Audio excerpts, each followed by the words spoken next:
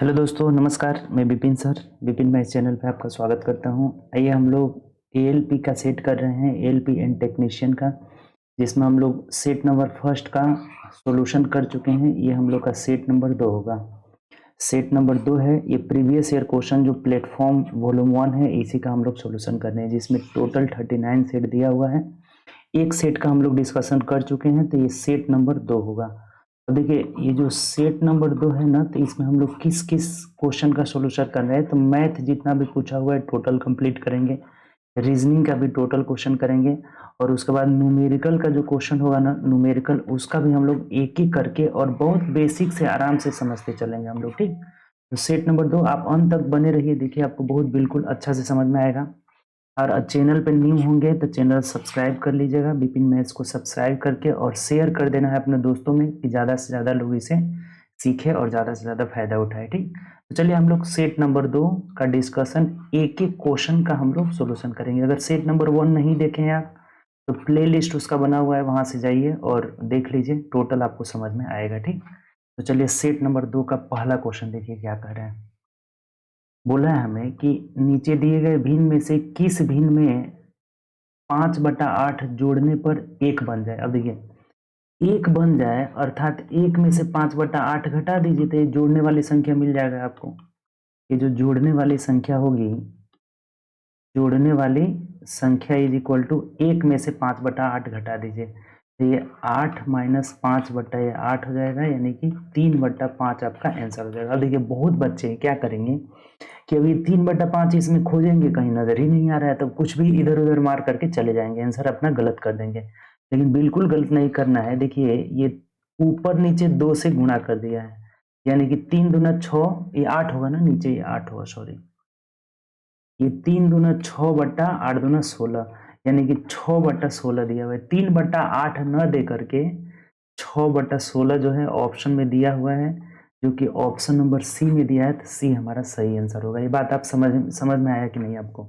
हमारा आंसर होना चाहिए 3/8, बट 3/8 न दे करके ऊपर नीचे 2 से गुणा कर लिया है, अर्थात 6/16 ऑप्शन दिया है, जो कि ऑप्शन नंबर सी में दिया हुआ है। ठीक, सी इसका राइट आंसर होगा। चलिए आगे बढ़ते हैं, नेक्स्ट क्वेश्चन। ये देखिए, दूसरा क्वेश्चन आपका मिरर इमेज से है। क्या कह रहे हैं, दर्पण रखा जाए। कह रहा है कि ये जो दर्पण है ना, इस दर्पण में इसका इमेज कैसा बनेगा। अब देखिए, दर्पण में इमेज क्या होगा, तो राइट लेफ्ट में चला जाएगा, लेफ्ट राइट में। जब मिरर इमेज होता है ना, तो राइट लेफ्ट बदलता है, टॉप बॉटम सेम रहता है। तो देखिए, तो ये इधर दाएं चल जाएगा, ये बाएं चल जाएगा, तो कौन सा फिगर बनेगा आपका? ये ऑप्शन नंबर बी बन जाएगा। बहुत आसान है ये। ठीक, चलिए आगे बढ़ते हैं, next question. Option number B is the right answer. तीसरा देखिए, तीसरा कह रहा है हमें। अब तीसरा बहुत बारीकी से समझेंगे थोड़ा सा, ठीक है। बोला हुआ आपसे, इसका आंसर एक बार मिला लीजिए। दूसरा का हम लोग का क्या हो जाएगा, तो बी हो जाएगा। बात तो क्लियर है, इसमें कोई दिक्कत नहीं है। 2 नंबर सेट का बी हो जाएगा। देखिए, इसमें थोड़ा सा एक गड़बड़ है, 1 मिनट रुक जाइए। ये गुणा हम लोग का, ये तो प्लस हो जा रहा है ना जी, ये गड़बड़ हो जा रहा है यहाँ पे।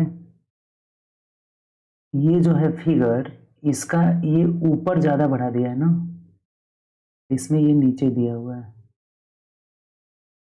यानी कि ऑप्शन हम लोग का डी नहीं होगा। डी इसलिए नहीं होगा क्योंकि ये देखिए, ये वाला जो ऑप्शन बी नहीं होगा ये, क्योंकि ये सीधा में है, यहाँ पे ये सीध में है। ये सीध में किस ऑप्शन में दिया है, डी में दिया हुआ है। इसको एक बार आप सुधार लेंगे, बी नहीं होगा, डी हो जाएगा। इसको एक बार सुधार लेंगे, बात क्लियर है आपका। देखिए एक बार और समझ लीजिए, थोड़ा सा इसको मिटा देते हैं। ये बी क्यों नहीं होगा, तो ये देखिए, ये लाइन में पूरा सीधा है, और ये ऐसे बना हुआ है, ऐसे यहाँ यहाँ मिल रहा है, इसका तिरछा आ रहा है।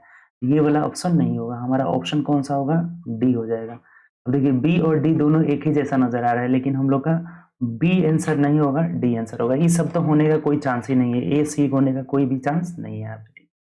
चलिए आगे बढ़ते हैं, 3 नंबर क्वेश्चन देखिए क्या कर रहे हैं। तो ए बी और सी डाइवेरियन ट्रायड्स के रूप में व्यवस्थित है, यदि ए का परमाणु द्रव्यमान 7 है, सी का परमाणु द्रव्यमान 39 है। तो अब देखिए, ये क्या होता है, ये जो यहाँ पे दिया हुआ है ना, ड्राई ड्राई ड्रावेरियन ट्रैट्स। तो ये ड्रावेरियन ट्रैट्स क्या है, तो ये एक फ्रांस के ना वैज्ञानिक का नाम है, उन्हीं के नाम से वो क्या किए थे ना, पहले इसको बहुत बारीकी से समझेंगे थोड़ा सा, तभी जाके आपको क्लियर होगा। तो जो ये एक फ्रांस के वैज्ञानिक थे, ये 3 तत्व यानी कि त्रिक बनाए थे। जैसे मान लीजिए कि ए बी और सी है ना, तो इस तत्व के बारे में बताए थे कि ये बीच वाला तत्व है ना, इसका जो द्रव्यमान होगा ना, द्रव्यमान, परमाणु द्रव्यमान, ये क्या है, परमाणु द्रव्यमान, एटॉमिक मास जो होगा, परमाणु द्रव्यमान, यहाँ पूरा लिख देते हैं। बी का परमाणु द्रव्यमान, द्रव्यमान is equal to A plus B by 2, यानी ए बी का औसत हो जाएगा। इसको क्या बोल सकते हैं, ए और सी का औसत हो जाएगा, बीच वाला का।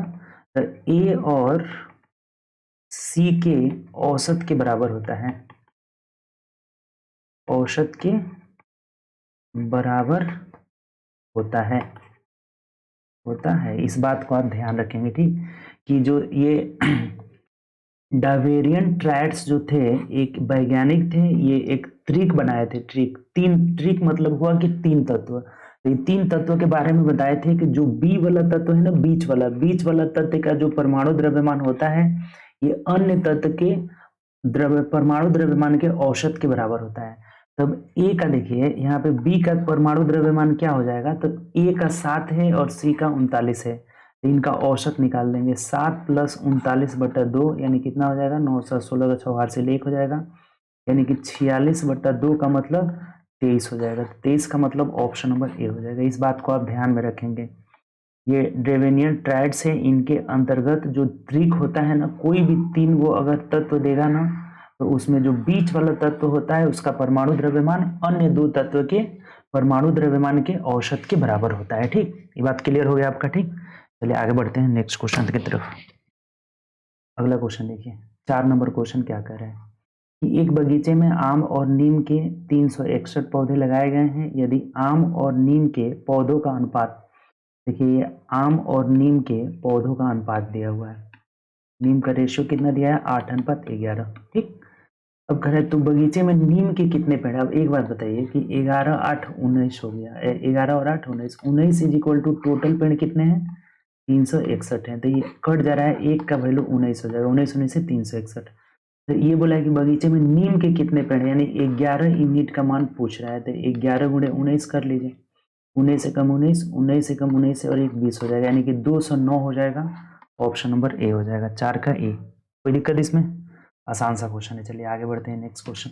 ये देखिए, किसी धनराशि को 4 वर्ष के लिए 7.5% वार्षिक साधारण ब्याज की दर से निवेश किया गया है। यदि निवेश 5 वर्ष के लिए किया जाता है, देखिए 4 साल से 1 साल बढ़ा दिया जाता है, यानी 5 साल के लिए, तो ब्याज कितना अधिक मिलेगा, ब्याज में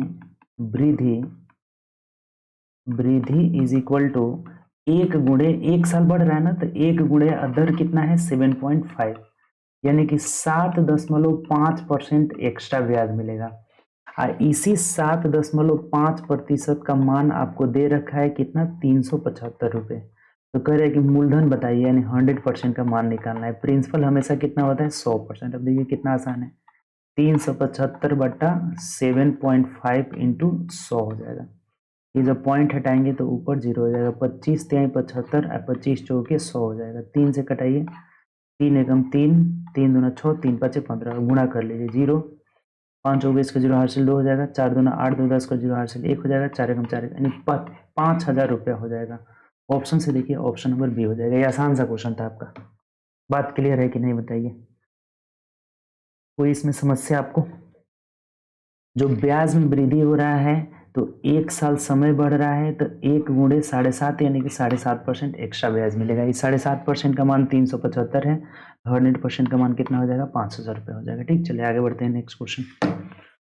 ये देखिए, कह रहे हैं कि 4 किलोग्राम वजन का एक वस्तु स्थिर स्थिति में है, निरंतर बल लागू होने पर 5 मीटर प्रति सेकेंड की गति प्राप्त करता है। तो बल द्वारा किया गया, अब देखिए किया गया कार्य, यानी कि काइनेटिक एनर्जी, ऊर्जा को ही कार्य करते हैं, किए गए कार्य को।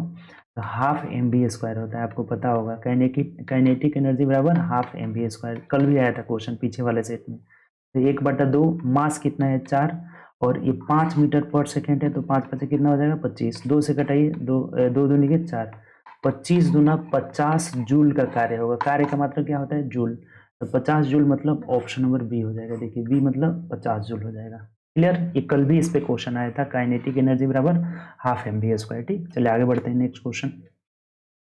ये देखिए कह रहे हैं कि दो पाइप एक साथ काम करते हुए किसी टंकी को 3 घंटे में और 4 घंटे में भर सकते हैं। देखिए पहला जो पाइप है ना 3 घंटे में भर सकता है, दूसरा पाइप 4 घंटे में भर सकता है, तीसरा पाइप 8 घंटे में खाली कर सकता है। ये खाली करने वाला पाइप है। ठीक, इसको बात ध्यान रखेंगे। तीसरा पाइप अब कह रहे हैं कि जब टंकी 1/12 भाग, सबसे पहले तो ये टोटल वर्क निकाल लीजिए जो इन तीनों का क्या होगा एलसीएम हो जाएगा। तो तीनों का एलसीएम कितना होगा बताइए, 24 हो जाएगा, 24 हो जाएगा तीनों का एलसीएम। तीनों का एलसीएम 24 हो गया, तब यहाँ से क्षमता निकाल लीजिए, इफिशियंसी। 3 8 24, 4 6 24, 8 3 24, ये निगेटिव हो जाएगा। ठीक, अब कह रहे कि जब टंकी का 1/12 भाग भरी हुई थी तो सभी तीनों पाइपों को एक साथ खोल दिया जाता है, तो टंकी को पूरा भरने में कितना। अब इसमें जो है कि 1/12 भाग अगर भरा हुआ है तो खाली कितना है, खाली वाला भाग जो कितना है, तो 24 का 1/12 भरा हुआ है, तो 1 में से 1/12 घटाएंगे, यानी कि 11/12 भाग क्या है खाली है। तो ये गुणा कर लीजिए, 12 दूना 24, यानी 11 दूना 22 भाग खाली है। तो ये कह रहे टंकी को पूरा भरने में कितना समय लगेगा, तो टाइम कितना लगेगा आप ही बताइए। 22 बट्टा तीनों का क्षमता जोड़ लीजिए, तो 8 और 14 में से 3 गया, तो 14 में से 3 गया कितना हो जाएगा 11 हो जाएगा यहाँ पे। ठीक, ये 11 हो जाएगा। तो 11 से आप भाग लगा देंगे, तो 11 दूना 22, यानी कि 2 घंटा में भर जाएगा। तो 2 घंटा का मतलब ऑप्शन से जरा देख लेंगे, तो ये 2 ही है आपका, ये ऑप्शन क्या है 2 है। 2 घंटा मतलब ऑप्शन नंबर ए हो जाएगा। बात समझ में आया कि नहीं आपको, बताइए क्लियर है कि नहीं। देखिए एक बार और समझ लीजिए, बहुत आराम से समझेंगे। ये 3 घंटे में भर सकता है, ये टाइम है आपका। ये 4 घंटे में 8 घंटे में खाली कर सकता है। टोटल वर्क तीनों का एलसीएम हो गया, क्षमता निकाल लिया 8 6 -3। तो अब कह रहा है कि टंकी का 1/12 भाग भरा हुआ था, तो खाली कितना था 11/12। तो 24 का 11/12 निकाल लिए, कितना है 22। तो 22 को भरने में कितना समय लगेगा, तो तीनों का क्षमता मिला करके कितना है 11, 11 से भाग लगा लिए, 2 घंटा लगेगा। ठीक, चलिए आगे बढ़ते हैं नेक्स्ट क्वेश्चन। अब ये देखिए ये वाला फिगर पूछ रहा है ना कि इसमें किस में है, तो ये ऑप्शन नंबर बी में ऐसे ही दिख रहा है यहाँ पे, यही वाला है ना बी में, यहीं पे है। इसमें जो है नहीं है, देखिए ये तिरछा तिरछी है, इधर है इधर उधर है, तो ऑप्शन नंबर बी में है, यही आंसर हो जाएगा। ठीक, 9 नंबर देखिए, ऐसा क्वेश्चन आप पढ़े होंगे। कह रहे हैं कि ये एक जो द्विघात बहुपद है, द्विघात बहुपद क्या नाम है इसका, 3x² प्लस ax+4 किससे विभाजित है, तो x - 5 से पूर्णतः विभाजित है, तो a का मान। देखिए करना क्या है इसमें, जब भी ऐसा क्वेश्चन आए तो ये जो भाजक है इसको 0 के बराबर कर लेंगे, तो यहाँ से x का मान क्या निकलेगा 5। अब इसमें 5 रखेंगे तो पूर्णतः विभाजित का मतलब कि 0 हो जाएगा, तो 5 रख लीजिए x का मान। तो 5 × 5 = 25, 75 प्लस 5a+4 = 0। ये 0 क्यों दिए हैं, चूंकि पूर्णतः विभाजित है, तो पूर्णतः विभाजित है तो शेष क्या होगा 0 होगा। अगर कुछ शेष बचता तो यहाँ पे शेष का मान देते हैं। देखिए सिंपल हो गया, यहाँ से ये का मान 5a = ये हो जाएगा हमारा 79, इधर आएगा तो माइनस का हो जाएगा, तो a = होगा -79/5 हो जाएगा। अभी कटेगा भी नहीं, इतना ही आंसर हो जाएगा, पॉइंट में दिया हुआ है तो पॉइंट में बदल लीजिए बस। 5 एकम 5, 2 7 हो जाएगा, 5 × 5 = 25, 4 29, 5 8 40, यानी माइनस का 15.8 हो जाएगा। ऑप्शन से देखिए ऑप्शन नंबर सी हमारा सही आंसर होगा। बात क्लियर, इसमें कोई दिक्कत नहीं। चलिए आगे बढ़ते हैं नेक्स्ट क्वेश्चन। ये देखिए अब ये कह रहा है कि दी गई जो छवि है नीचे दिए गए किस आकृति में मिले, तो यहीं पे मिल रही है। देखिए ना यहाँ पे इजीली से मिल जा रहा है, ये वाला जो छवि है, और ये भी मिला दिया हुआ है ऐसे, तो ऑप्शन नंबर क्या हो जाएगा बी। चलिए आगे बढ़िए नेक्स्ट क्वेश्चन। अब देखिए ये तो बोडमास का रूल है, आप किए होंगे बहुत आसानी से। जैसे ये हो गया -1/4। अब यहाँ देखिए ये कर्ली ब्रैकेट है और यहाँ तक कर्ली ब्रैकेट है, तो सबसे पहले इसको हम लोग तोड़ेंगे, ये भाग किया जाता है। तो माइनस माइनस में माइनस भाग देंगे, तो जैसे आप यहाँ पे -96 में -32 से भाग देंगे तो ये कट जाएगा। अब 32 से कितना हो जाएगा, 96 हो जाएगा। तो यानी यहाँ तक कितना आ गया, 3 आ गया। अब जब इसमें आएंगे तो -1/4 और ये ब्रैकेट में है यहाँ पे माइनस का 45 और -3 है आपका, ठीक। तो ये हो जाएगा -1/4 इंटू 45 3 48 हो जाएगा, माइनस का 48 हो जाएगा, माइनस माइनस प्लस हो जाएगा, 4 से करेंगे तो 12 चौके 48, यानी 12 मतलब ऑप्शन नंबर ए हो जाएगा, 13 का ए हो जाएगा। ये भी आसान सा क्वेश्चन था, कोई दिक्कत इसमें। चलिए आगे बढ़ते हैं नेक्स्ट क्वेश्चन। ये देखिए, किसी कंप्यूटर गेम में एक बिल्डर 10 घंटे में दीवार बना सकता है। जैसे एक बनाने वाला है, बिल्डर जो 10 घंटे में दीवार बना सकता है, ठीक। और एक विध्वंसकारी है, एक बिगाड़ने वाला है, स्पॉइलर है, ऐसे लिख देते हैं, विध्वंसकारी 14 घंटा में क्या कर सकता है, दीवार को ध्वस्त कर सकता है। जमीन स्तर पर दोनों बिल्डर और विध्वंसक एक साथ काम करने लगे। 7 घंटे बाद विध्वंसक बाहर निकल गया तो दीवार निर्माण। अब देखिए, सबसे पहले ये तो टाइम एंड वर्क का क्वेश्चन है, टोटल वर्क निकालिए। टोटल वर्क कितना हो जाएगा यहाँ पे, तो 140 हो जाएगा, ठीक। 140 दोनों का एलसीएम निकालिए, 14 5 70, 70 हो जाएगा। कितना हो जाएगा, 70। तो ये 10 7 70, 14 5 70। अब ये माइनस में 5 होगा, चूंकि ये बिगाड़ने वाला है, ये बनाने वाला है, ठीक। तो अब ये बोला हुआ है क्वेश्चन हमें कि 7 घंटे बाद विध्वंसक को बाहर निकाल देना है। तो अगर ये दोनों मिल करके 7 में से 5 गया 2, कितने घंटे काम कर रहे हैं, 7 घंटे। तो 7 दूना 14 काम कंप्लीट कर लिए हैं। तो इसमें से 14 अगर घटा लेते हैं तो बचा कितना, तो 10 में से 4 गया 6 और ये बच गया 5, 56 काम बचा हुआ है। तो अब ये वाला विध्वंसक अब बंद हो गया। तो इस 56 को जो बिल्डर है ना, तो बिल्डर अब बनाएगा कितने देर में, तो 56/7 यानी कि 7 8 56। तो क्या पूछा है आपसे, दीवार को निर्माण करने में के लिए कितना समय लगा। तो इधर लगा था कितना घंटे, 7 घंटे और 8 घंटा ये, यानी कि टोटल टाइम 8 7 15। टोटल टाइम कितना लग गया, तो पहले 7 घंटा और 8 घंटा इधर, यानी कि 8 7 15 घंटा में ये दीवार क्या हो जाएगा, कंप्लीट हो जाएगा, जो कि ऑप्शन नंबर ए हो जाएगा। अच्छा क्वेश्चन है, देखिए एक बार और समझ लीजिए जरा सा। ये बनाने वाला है, बिल्डर है बनाने वाला, और ये विध्वंसकारी है, विध्वंसकारी, ठीक। तो ये 10 घंटा में बना सकता है, ये 14 घंटा में बिगाड़ सकता है। टोटल वर्क कितना हुआ, 70, 10 7 70, 14 5 70, ये क्षमता हो गया। और ये आपका इस कितना है, टाइम है। तब दोनों साथ मिलकर 7 घंटा काम कर रहे हैं। तो 7 घंटा में 14 काम कंप्लीट कर लिए, तो 14 घटा दिए हम लोग। तो जब 14 घटाए हैं तो बचा कितना, 56 काम। अब ये जब छोड़ दिया काम, बाहर निकल गया, तो ये 7 की क्षमता से 8 घंटा में करेगा। तो 8 घंटा यहाँ, 7 घंटा यहाँ, ये 7 ही घंटा है ना। 8 7 कितना हो जाएगा, 15 घंटा हो जाएगा, ठीक। चलिए आगे बढ़ते हैं नेक्स्ट क्वेश्चन। ये देखिए क्वेश्चन क्या कर रहे हैं, एक वृत्त पर एक दूसरे पर 75 डिग्री कोण पर झुकी हुई स्पर्श रेखाओं की एक जोड़ी खींचने के लिए यह आवश्यक है। अब देखिए, जैसे ये सर्कल है ना, सर्कल, तो कह रहा है कि एक वृत्त पर एक दूसरे पर 75 डिग्री के कोण पर झुकी हुई दो स्पर्श रेखा, जैसे यहां से दो स्पर्श रेखा खींच रहे हैं ऐसे, अब दोनों कितने डिग्री पे झुकी हुई है, तो 75 डिग्री, यानी कि ये कोण हमें दिया हुआ है कितना, 75 डिग्री दिया हुआ है, ठीक। अब कहा क्या रहा है, आगे पढ़िए। बोला है हमें कि एक जोड़ी खींचे, आवश्यक है कि स्पर्श रेखाओं को वृत्त की उस दो त्रिज्याओं के आंतरिक बिंदु पर खींचे जाए। अब जैसे दो त्रिज्याओं के आंतरिक ऐसे त्रिज्या पर खींचा जाए, त्रिज्याओं के आंतरिक बिंदुओं पर खींची जाए, जिसके बीच का कोण क्या होगा। यानी ये जो दोनों त्रिज्या है ना, इन दोनों त्रिज्या के बीच का कोण, ये हमें पूछा जा रहा है, ये एंगल पूछा जा रहा है। अब देखिए, एक बात आपको पता नहीं होगा तो इस बात को लिख लीजिएगा कि जब भी ये स्पर्श रेखा को केंद्र से मिलाएंगे तो यहाँ 90 डिग्री का कोण बनेगा। यहाँ भी कितना बनेगा, 90 डिग्री। तो ये एक चतुर्भुज है, चतुर्भुज में चारों कोणों का योग 180 हो गया, तो दो 360 हो गया। तो ये दोनों मिला के 180 हो गया, तो इन दोनों का भी क्या होगा, 180। तो जो केंद्र पे बना कोण होगा ये, तो इस कोण का मान कितना होगा, तो 180 में से 75 डिग्री घटा लीजिए, यानी कितना हो जाएगा, तो 105 डिग्री हो जाएगा। यानी ऑप्शन से देखेंगे, ऑप्शन नंबर डी हो जाएगा। बात क्लियर हुआ कि नहीं, बताइए, समझ में आया कि नहीं, कोई इसमें समस्या,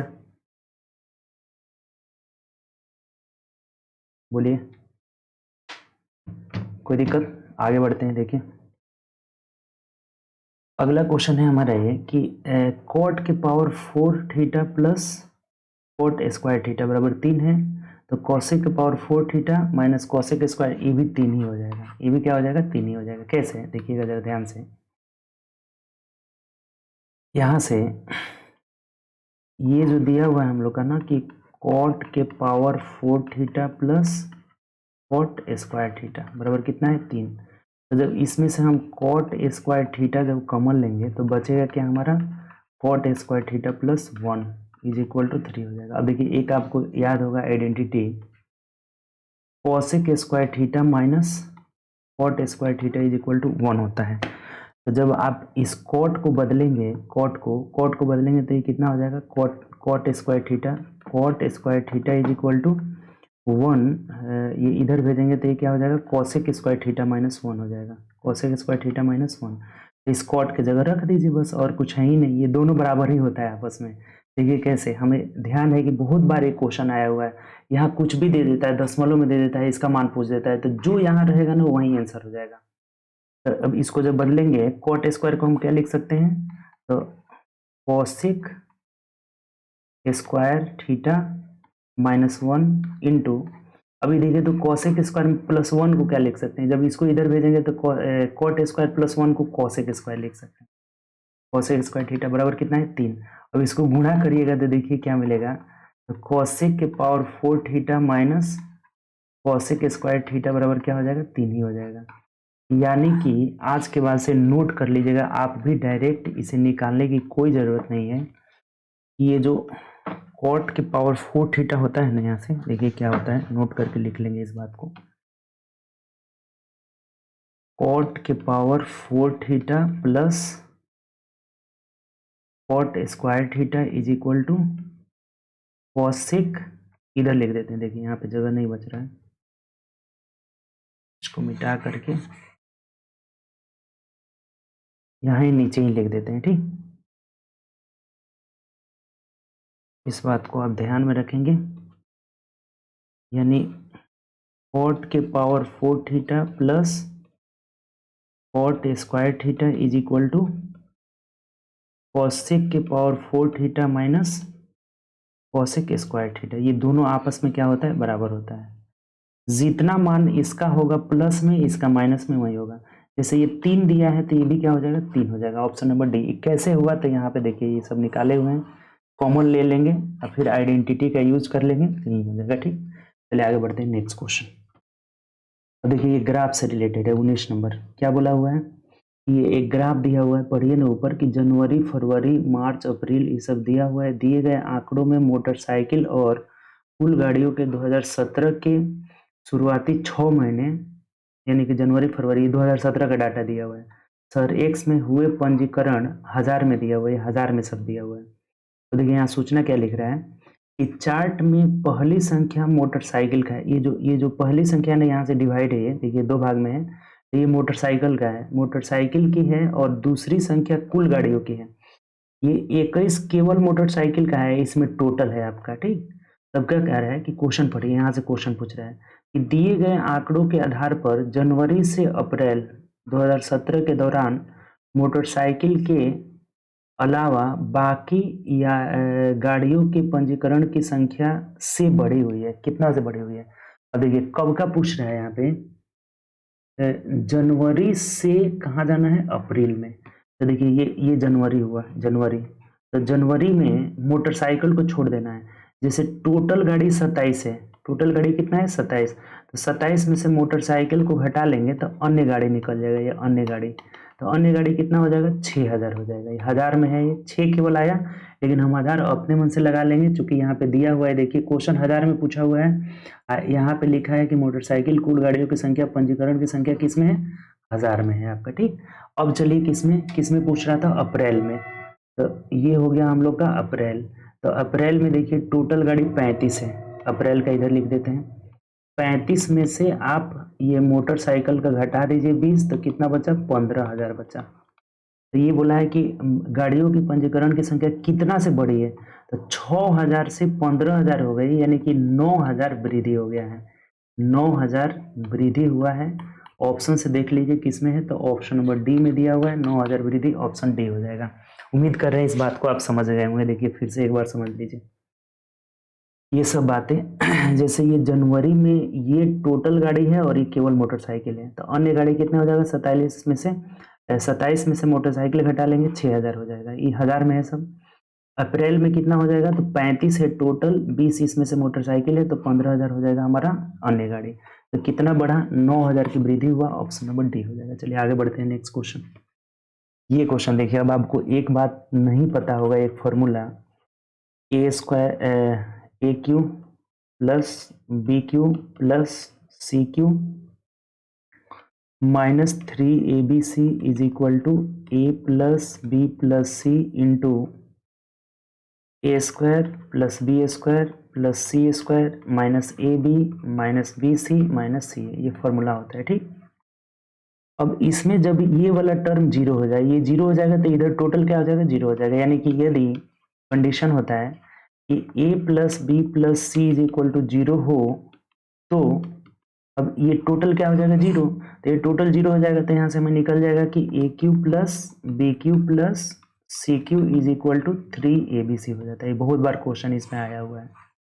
अब एक बात यहाँ से समझेंगे आप, एक चीज कि अगर ये a plus B plus C zero है, तो ये जो A cube plus B cube plus C cube है क्या हो जाएगा, 3abc हो जाएगा। इसका हमें क्या कर देना है, स्क्वायर कर देना है। तो 9a square B square C square, यानी ऑप्शन नंबर क्या हो जाएगा, बी। कुछ है ही नहीं इसमें। जहां भी ये a plus B plus C बराबर जीरो होता है, तो A cube plus B cube plus C cube बराबर 3abc, यानी इसका जो मान आएगा ना, यहाँ बीच वाला अंदर वाला, ये क्या आ जाएगा, 3abc। इसका स्क्वायर कर देना है, तो स्क्वायर कर लेंगे, तो 9 into A square plus B square, 9a square B square C square, option number B हो जाएगा, ठीक। चलिए आगे बढ़ते हैं नेक्स्ट क्वेश्चन। अगला क्वेश्चन देखिए। अब ये रीजनिंग्स है, तर्क और पूर्व धारणा से रिलेटेड है। जैसे तर्क देखिए क्या दिया हुआ है कि सार्वजनिक धूम्रपान कानूनन, सार्वजनिक का मतलब जैसे कि मान लीजिए जहाँ पब्लिक प्लेस है, जैसे ट्रेन हो गया, स्टेशन हो गया, एयरपोर्ट हो गया, ये सब सार्वजनिक बोला जाता है, ठीक। तो सार्वजनिक धूम्रपान कानूनन अपराध है, यानी उस जगह पे अगर आप धूम्रपान कर रहे हैं तो क्या है, कानूनन अपराध है। अब इसका देखिए अनुमान क्या कर रहे हैं कि धूम्रपान करने वाले व्यक्ति के स्वास्थ्य के लिए हानिकारक है।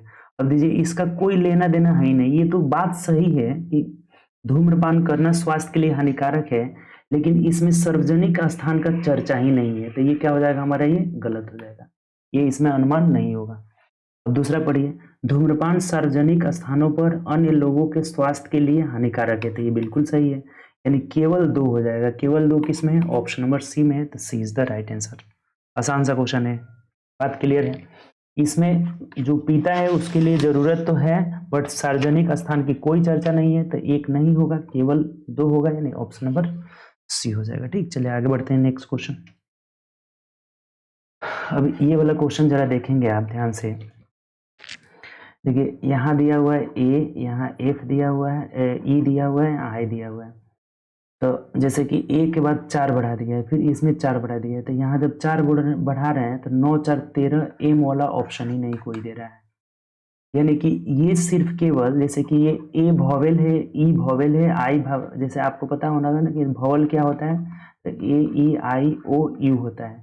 तो इसमें ए है, इसमें ई है, इसमें आई है, तो इसमें ओ हो जाएगा। ओ वाला सिर्फ और सिर्फ एक ही ऑप्शन मिल रहा है, ओ एल डी, तो हमारा यही ऑप्शन हो जाएगा बी, क्योंकि जोड़ने वाला इसमें कोई ट्रिक नहीं काम कर रहा है। जोड़ने वाला घटाने वाला 4 4 तो बढ़ा रहा है, बस इधर बढ़ाने पे एम हमें दिया ही नहीं है ऑप्शन में। तो ये वॉवेल्स पे है, ये वॉवेल्स पे ही सेट हो रहा है, और केवल पहला वाला ही सेट हो रहा है, ए ई आई, तो ओ होगा, ओ वाला एक ही ऑप्शन था बी, तो यही आंसर हो जाएगा, ठीक। चलिए आगे बढ़ते हैं नेक्स्ट क्वेश्चन। देखिए फिर से आपका रीजनिंग का ही है, पढ़िए। कथन कर रहा है कि लोगों का सोचना है कि सरकार को कर भुगतान एक बोझ और अपव्यय है, इसलिए वे कर देने से बचने या स्वयं टैक्स नहीं देते हैं। अब देखिए इसका निष्कर्ष क्या निकाला है कि सरकार को जनता में जागरूकता पैदा करनी चाहिए कि सरकार को किया जाने वाला कर देश निर्माण में काम आता है, ये तो सही है बिल्कुल। दूसरा कह रहा है कि करों में वृद्धि कर देनी चाहिए ताकि ज्यादा धन, ये तो गलत है, निगेटिव वर्ड है ये नहीं होगा, ओनली वन एक हो जाएगा, तो केवल निष्कर्ष एक, यानी ऑप्शन नंबर बी हो जाएगा हमारा। 24 का क्या हो जाएगा, बी हो जाएगा। बात क्लियर। चलिए आगे बढ़ते हैं नेक्स्ट क्वेश्चन। तो देखिए इसका कह रहा है ना क्या, तो दिए गए प्रश्न का कैसा लेना है हमें, कौन सा उत्तर दिए गए प्रश्न का सही जल प्रतिबिंब, जल प्रतिबिंब मतलब यहाँ पे है, यहाँ नीचे जल, जल प्रतिबिंब में टॉप वाला बटन पे हो जाता है, बटन वाला टॉप पे, राइट लेफ्ट नहीं चेंज होता है। ये बटन में टॉप में हो जाएगा तो ये तो होगा नहीं, यहाँ पे ये एक्स्ट्रा चीज ला दिया है, ऑप्शन नंबर सी हो जाएगा हमारा, सी इज द राइट आंसर। ये डी क्यों नहीं होगा, क्योंकि यहाँ वाला ये यहाँ पे नहीं दिया है, नोकीला बना दिया है, यहाँ पे ऐसे नहीं दिया हुआ है, तो आंसर सी हो जाएगा हमारा। 26 का क्या हो जाएगा, सी हो जाएगा। ठीक, चलिए आगे बढ़ते हैं नेक्स्ट क्वेश्चन। ये कह रहा है कि एक से ए बिंदु से, जैसे यहाँ एक ए बिंदु है, यहाँ से कहाँ जा रहा है, पश्चिम की ओर 80 मीटर। अब थोड़ा सा ए को हम क्या कर रहे हैं ना, इधर बना लेते हैं। ठीक, देखिए पश्चिम, पश्चिम तो आप समझते हैं ना, ये डायरेक्शन समझ रहे हैं ना, ऊपर वाले को क्या बोला जाता है, नॉर्थ, नीचे वाले को साउथ बोला जाता है, ये दाएं साइड को ईस्ट बोला जाता है, ये बाएं साइड को वेस्ट बोला जाता है। ये कह रहा है कि यहाँ से एक बिंदु जो है, एक से ए से पश्चिम की ओर जा रहा है, पश्चिम की ओर मतलब बाएं, इधर जा रहा है, पश्चिम की ओर जा रहा है। ठीक, कितना मीटर, 80 मीटर गया, 80 मीटर गया। ठीक, किलोमीटर गया, किलोमीटर 80 किलोमीटर गया। ठीक, अब कह रहे हैं कि तथा, अब देखिए यहाँ से इधर जा रहा है तो इसका राइट, इधर राइट हो जाएगा और इधर क्या हो जाएगा, लेफ्ट हो जाएगा। जब ये पश्चिम की ओर जा रहा है तो दाहिना हाथ इधर, बायां हाथ इधर। अब कह रहे हैं तथा वह बाईं ओर मुड़ जाता है, यानी कि इधर मुड़ जाता है, इधर मुड़ कर कितना जाता है, 50 किलोमीटर गया। अब यहाँ जाकर कितना गया, 50 किलोमीटर गया, और बी बिंदु पर पहुंच गया, यहाँ पे बी पर पहुंच गया। तो कह रहे हैं कि ए और बी बिंदुओं के मध्य का लघुत्तम दूरी। अब देखिए लघुत्तम दूरी का मतलब कि बहुत बच्चे क्या करते हैं ना कि इस पूरा को जोड़ देते हैं, 80 50 130, ऐसे नहीं होगा। न्यूनतम दूरी मतलब ये वाला डिस्टेंस हो जाएगा, ये वाला डिस्टेंस यहाँ से हमारा ये न्यूनतम दूरी हो गया, तो इसी को निकालना है। तो अब पाइथागोरस पर में आप पढ़े होंगे, ये जो दूरी हो जाएगा न्यूनतम दूरी, ये कितना हो जाएगा, रूट अंडर लंब स्क्वायर प्लस आधार स्क्वायर, यानी 8 अटेके 6400 हो जाएगा, और प्लस 5 पचे 2500 हो जाएगा। जोड़ लीजिए, सिंपल हो जाएगा, 0 0 5 4 9 6 2 8, 8900 हो जाएगा। इसका मतलब कि ये 100 का वर्गमूल 10 और रूट 89 हो जाएगा, 89 का वर्गमूल नहीं निकलेगा, तो 10 रूट 89, यानी कि ऑप्शन नंबर डी हो जाएगा। आसान सा क्वेश्चन था, ये डायरेक्शन का क्वेश्चन है। ठीक, चलिए आगे बढ़ते हैं नेक्स्ट क्वेश्चन। अगला देखिए 28 नंबर, कह रहे हैं एक कक्षा में 25 लड़कों की लंबाइयों का माध्य, माध्य मतलब औसत, 25 गो बॉय है, फिर क्या है 25 बॉय प्लस 35 गर्ल्स है, टोटल मिला के कितने हैं, 60 हो गया। ठीक, तो इसका एवरेज 150 दिया हुआ है, 150। ठीक, और कह रहा है कि 35 लड़कियों का एवरेज 145, इनका कितना दिया है, 145 दिया हुआ है। ठीक, तो कह रहा है कि सभी का एवरेज बताइए कितना है, आप पता ही नहीं है, कल भी ऐसा क्वेश्चन आया था पिछले सेट में। देखिए कितना सिंपल है, ये इसको कटा लेते हैं, 5 पचे 25, 5 सते 35, 12 पचे 60, थोड़ा छोटा हो जाएगा। ठीक, अब कुछ है ही नहीं, गुणा कर लीजिए, ये गुणा कर लेंगे, जब संख्या में एवरेज से गुणा करेंगे तो कुल योग निकल जाएगा, यानी इधर आ जाएगा कितना, 12x इज इक्वल टू, ये देखिए तो 15 पचे 75, यानी 750 हो जाएगा। इसमें 7 पचे 35 का 5 हासिल 3 हो जाएगा, 7 चौक 28, 29 30, 31 कर 1 हासिल 3 हो जाएगा, 7 एकम 7 3 10 हो जाएगा। जोड़ लीजिए, यानी कि ये हो जाएगा 5 6, यहाँ हो जाएगा कितना, 5 की 5, 5 1 6 हो जाएगा, फिर 7 हो जाएगा, फिर 1 हो जाएगा, यानी x का मान हो जाएगा कितना, 1765/12, भाग लगा दीजिए, 12 एकम 12, 5 17 हो गया ना, फिर 6 बचा, 12 चौके 48, 48, 16 में से 8 गया, 8 ये कट गया, यानी फिर कितना हो जाए उतरेगा आपका, तो 5 उतरेगा, तो 12 सते 84, 84 हो जाएगा, एक, यानी कि 147 लगभग में हो जाएगा, 147 लगभग में आएगा, यहाँ लगभग पूछा भी था, तो 147 मतलब ऑप्शन नंबर डी हो जाएगा। पूरा नहीं कट रहा है, ये लगभग मान आ रहा है, लगभग, लगभग में हमारा 147 ऑप्शन नंबर डी हो जाएगा। बात क्लियर है, इसमें कोई दिक्कत वाली बात नहीं है, कल भी ऐसा क्वेश्चन आया हुआ था। ठीक, क्लियर। आगे बढ़ते हैं नेक्स्ट क्वेश्चन।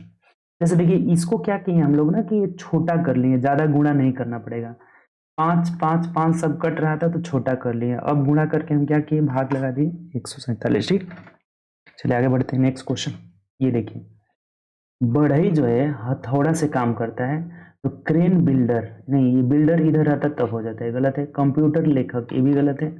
नलसाज पन्ना, ये भी तो सही है। नलसाज मतलब कि नल बनाने वाला, जैसे प्लम्बर। अब पन्ना मतलब अपने रिंच वगैरह से काम करता है, तो ये क्या हो जाएगा, यही सही हो जाएगा। इधर मतलब जो वर्कर है वो रहेगा, इधर इसके काम करने का औजार रहेगा।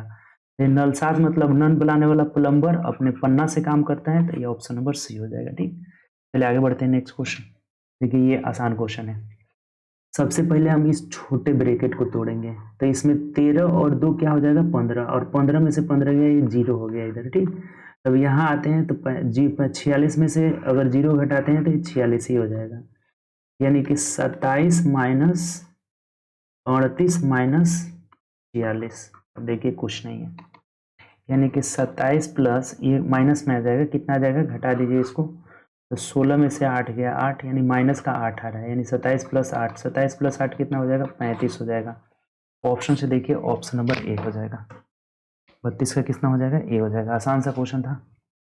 चलिए आगे बढ़ते हैं। कह रहे हैं कि 20 सेंटीमीटर वक्रता के त्रिज्या वाले एक अवतल दर्पण की फोकस दूरी, अब देखिए वक्रता त्रिज्या और फोकस दूरी में होता है, आप पढ़े होंगे कि r बराबर 2f होता है, r बराबर 2f, यानी कि f का मान अगर पूछेगा तो r/2 हो जाएगा। ये बात आप पढ़े हैं ना, कि वक्रता त्रिज्या, r को वक्रता त्रिज्या बोलते हैं, f को फोकस दूरी। ये क्या हो जाएगा हमारा, वक्रता त्रिज्या, वक्रता त्रिज्या, और ये हो गया क्या, फोकस दूरी। ये फिजिक्स का न्यूमेरिकल है आपका, फोकस दूरी। तो इसमें क्या रिलेशन होता है, r बराबर 2f, अगर a पूछा जाए तो r/2, r का मान 20 दिया है, 20 में 2 से भाग लगा दीजिए, यानी कितना हो जाएगा, 10 सेंटीमीटर हो जाएगा। ऑप्शन नंबर डी हो जाएगा। ठीक, चलिए आगे बढ़ते हैं। नेक्स्ट क्वेश्चन ये देखिए, कह रहा है कि दिए गए वेन आरेख में उन छात्रों को दर्शाता है जो विभिन्न भाषाएं बोलते हैं। देखिए अब ये बोलने वाला दिया है, इंग्लिश बोलने वाले, हिंदी बोलने वाले, ये सब दिया हुआ है। तो कह रहा है कि इसके अनुसार यथा यथार्थतः 2 भाषाएं बोलने वाले, यानी एग्जैक्ट 2 भाषाएं, मतलब केवल 2 भाषा बोलने वालों की संख्या पूछ रहा है। ठीक, 2 भाषा बोलने वाले कितने हैं, कौन कौन से हैं। तो देखिए 2 भाषा बोलने वाले, यानी कि यथार्थतः मतलब समझ रहे हैं ना, कि केवल 2 ही भाषा, 3 बोलेगा तो उसको नहीं लेंगे। तो ये 2 भाषा बोलने वाला, यहाँ पे एल है, यहाँ पे क्या है, एम है, यहाँ पे क्या है, ओ है, तो ये L plus M plus O हो जाएगा। ये यथार्थतः 2 भाषा बोलते हैं, तो ऑप्शन नंबर क्या हो जाएगा, ए हो जाएगा। देखिए इसमें अगर बोला रहता ना कि कम से कम 2 भाषा, तो कम से कम लगाया रहता तो इसमें एन दिया जाता है, ये वाला आ जाता है। इसका मतलब हुआ कि कम से कम 2 भाषा बोलने वाले, कम से कम 2 भाषा बोलने वाले, 2 भाषा बोलने वाले। ये यथार्थतः 2 भाषा, यानी कि केवल 2 ही भाषा बोलते हैं, तो 2 भाषा बोलने वाले L plus M plus O, option number A हो जाएगा। क्लियर, चलिए आगे बढ़ते हैं। नेक्स्ट क्वेश्चन ये देखिए, करें कि किसी घनाभ की 3 सतह का क्षेत्रफल, अब देखिए 3 सतह का क्षेत्र मतलब एल बी का मान दिया हुआ है 20 मीटर स्क्वायर, बी एच का मान दिया हुआ है कितना, 32 मीटर स्क्वायर, और एल एच का मान दिया हुआ है कितना, 40 मीटर स्क्वायर। तो कह रहे कि इसका वॉल्यूम बताइए। देखिए ऐसे क्वेश्चन में इनको जब गुणा करेंगे तो L square B square H square is equal to हो जाएगा कितना, तो 20 गुणे 32 गुणे 40 हो जाएगा। अब आपको भी पता होगा कि वॉल्यूम भी इज इक्वल टू होता है एल बी एच हो जाता है, यानी कि ये वॉल्यूम बनाने के लिए इधर वर्गमूल निकाल देंगे, इधर भी क्या हो जाएगा, वर्गमूल, यही हमारा वॉल्यूम हो जाएगा। कभी भी ऐसा अगर दिया रहेगा ना कि तीनों सतह का क्षेत्रफल दिया रहेगा, तो ये वॉल्यूम हो जाता है रूट अंडर एरिया, यानी कि ये जो ये निकाला है ना, L square B square H square, B square H square, तब रख दीजिए इसको। देखिए यहाँ वॉल्यूम इज इक्वल टू हो जाएगा, वर्गमूल से निकाल देना है आपको। ठीक, तो इसको हम लोग लिख सकते हैं 32 को 16 गुणे 2, इसको लिख देते हैं 20 गुणे 2, 20 दूना 40, तो 20 एक यहाँ है एक यहाँ है, यानी ये 20 बाहर हो जाएगा। 16 का वर्गमूल 4, एक 2 हो जाएगा, तो कितना होगा देख लीजिए आप, तो 4 दूना 8 दूना 16, यानी कि 160 सेंटीमीटर, मीटर में है ना तो मीटर क्यूब हो जाएगा, क्योंकि वॉल्यूम है, तो 160, ऑप्शन नंबर सी हो जाएगा। बहुत आसान है आपका, बात क्लियर हो गया, कोई दिक्कत नहीं। चलिए आगे बढ़ते हैं नेक्स्ट क्वेश्चन की तरफ। 5 मीटर पर सेकेंड की गति से गतिशील 20 केजी वजन वाले वस्तु, अब देखिए गतिज ऊर्जा अभी नहीं आया था जी, kinetic energy is equal to half mv² हो जाएगा। तो 1/2 मास कितना है वजन, तो वजन है इसका 22 केजी और गुणे 5 मीटर पर सेकेंड v है, तो 5 × 5 = 25 हो जाएगा। 2 से कटाएंगे 11, यानी 11 × 5 = 55 का 5 हासिल 5 हो जाएगा, 11 दूनी 22, 5 27, यानी 275 जूल हो जाएगा। ऑप्शन से देखिए ऑप्शन नंबर ए हो जाएगा। अभी क्वेश्चन आया था इस पे, बहुत क्वेश्चन पूछा जाता है काइनेटिक एनर्जी पे। ठीक, चलिए आगे तो बढ़ते हैं हम लोग, देखते हैं नेक्स्ट क्वेश्चन। निम्नलिखित में से कौन न्यूनांक भिन्न, न्यूनांक मतलब छोटा, न्यूनतम भिन्न हमें पूछा हुआ है। अब देखिए ये क्वेश्चन कुछ है ही नहीं, जैसे इसको जब हम भाग लगाएंगे ना तो 16 × 5 = 80, यानी लगभग 15 × 6 = 90, यानी 6 पॉइंट समथिंग आएगा। 26 × 3 = 78, 17 18 26 × 3 = 78, 2 3 6 1 7, यानी लगभग 3 पॉइंट समथिंग आएगा। आइए देखेंगे तो 17 × 51 हो जाएगा, 17 दूना 34। ये अगर देख रहे हैं ना तो ये 0 समथिंग आएगा, ये सब 6 आ रहा है, 6 पॉइंट कुछ आएगा, 3 पॉइंट कुछ आएगा, ये 2 पॉइंट कुछ, यानी कि सबसे छोटा यही हो जाएगा सी नंबर। इसको बदल के देखने की जरूरत ही नहीं है। ये 6 से बड़ा आ रहा है, इसका 3 से बड़ा आ रहा है, ये 17 दूना 34, 17 × 51 ज्यादा आ रहा है, 2 से बड़ा आ जा रहा है। ये जो है ना 1 से छोटा है, 105 में अगर 112 से भाग देंगे तो 1 से छोटा हो जाएगा, यानी यही हमारा आंसर हो जाएगा, सबसे छोटा सी है। आगे बढ़िए,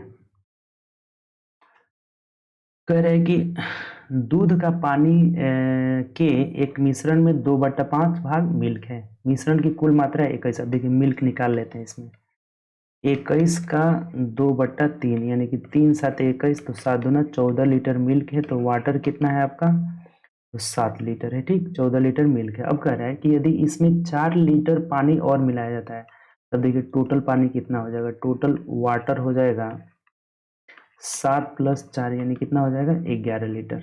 ठीक, तब क्या पूछा है आपसे, कह कि 4 लीटर पानी मिला दिया जाए तो मिश्रण में दूध की प्रतिशत पूछ रहा है, मिल्क का प्रतिशत क्या होगा। तो मिल्क 14 लीटर है तो 14 ही लीटर रहेगा, क्योंकि इसमें पानी मिला रहे हैं तो पानी बढ़ेगा, और बट्टा 21 लीटर टोटल मात्रा है, तो टोटल नीचे 25 हो जाएगा, प्रतिशत के लिए क्या हो जाएगा 100, 25 चौके 100, 14 चौके 56% हो जाएगा आंसर। बात खत्म। ऑप्शन नंबर बी, कुछ है ही नहीं इसमें। मिल्क के भाग हम निकाल लिए यहाँ से कि मिल्क कितना लीटर है हमारा, तो मिल्क जो है 14 लीटर है, ये 7 लीटर वाटर हो जाएगा। अगर पानी इसमें मिला रहे हैं तो 11 लीटर होगा। तो अब पूछा है कि मिल्क का परसेंटेज बताइए, तो टोटल दूध 14 है, टोटल मात्रा 25 हो जाएगा, 4 बढ़ जाएगा, प्रतिशत के लिए 100, यानी कि 56%। चलिए आगे बढ़ते हैं नेक्स्ट क्वेश्चन।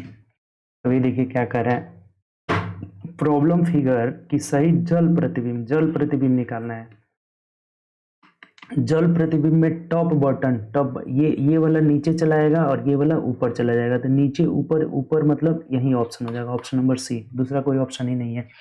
ये जब ऊपर जाएगा ना तो ये वाला पार्ट ऊपर यहाँ ऐसे बन जाएगा, ऐसा ये एरो आ जाएगा, और ऐसा एरो सिर्फ और सिर्फ इसी में दिखाई दे रहा है, ऑप्शन नंबर सी में जा रहा है, तो यही आंसर हो जाएगा।